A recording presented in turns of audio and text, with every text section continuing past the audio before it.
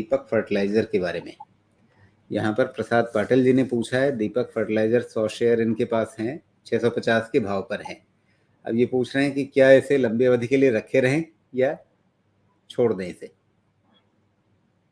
ये जब जैसे वो हर सीजन में एक अच्छा फल आता है, हर सीजन में कुछ अच्छा चीज़ आता है ना, फर्टिलाइज़र भी वैसे ही है, सीज़नल चीज़ है। फर्टिलाइज़र स्टॉक्स कोई खरीद के रखने वाली चीज़ नहीं होती। जब मॉनसून आएगा तो सॉरी प्री मॉनसून हाँ, मॉनसून जब आएगा उस समय राइज़ आएगा, बजट आएगा उस समय राइज़ आएगा। उसके बाद जो भी अगेन गिव अप करके नीचे जाके बैठा रहेगा। इस समय उससे ज़्यादा कुछ नहीं होता है। ये फर्टिलाइज़र स्टॉक लेके भूलने वाले ज़माने तक वो स्टॉक्स तो होते नहीं। सीज़न में लीजिए, पैसा बनाइए और फिर से सीज़न आने का वेट कीजिए, यही मुझे लगता है। लेकिन गवर्नमेंट का एग्री पे फोकस तो है, तो अगर एग्री पे फोकस है तो उस हिसाब से एग्री बेस्ड इन्वेस्टमेंट और ट्रेडिंग स्टॉक दोनों को डिफरेंशिएट करना पड़ेगा। तो मुझे नहीं लगता कि फिलहाल ऐसा तो कुछ दिख रहा है इसमें फर्टिलाइजर में। 580 के आसपास सपोर्ट आना चाहिए। अभी कितना चल रहा है? 600। 580 के आसपास सपोर्ट तो आना चाहिए। देखें 580 560 जहाँ पे भी रहेगा फिर इवैल्यूएट करेंगे। लेकिन फिर वही कहूँगा, ट्रेंड अभी भी डाउन है।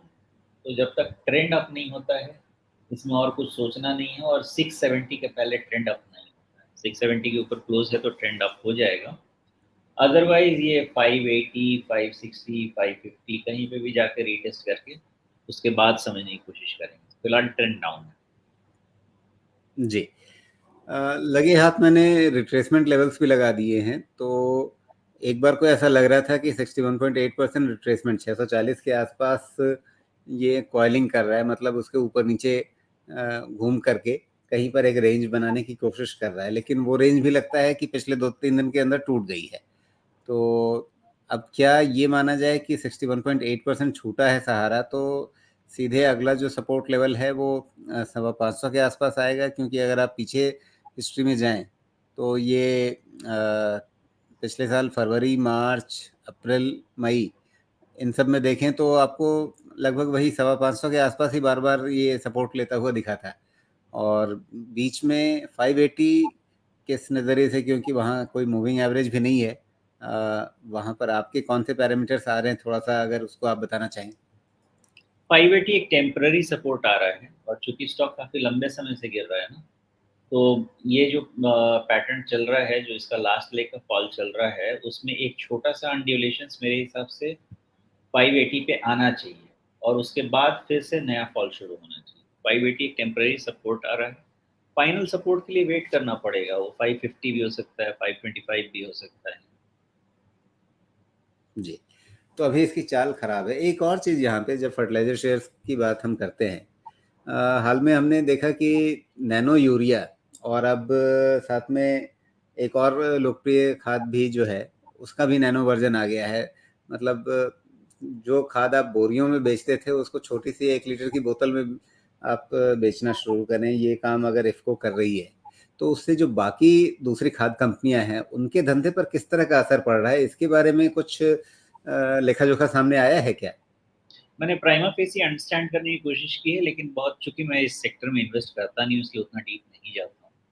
तो ओवरऑल कोशिश ये हो रही है कि बिकॉज खाद किसको चाहिए? किसानों को चाहिए और किसान के पास पैसे कम होते हैं। तो कोशिश यही हो रही है कि कम से कम पैसे में उनको खाद अवेलेबल उपलब्ध कराया जा सके, राइट?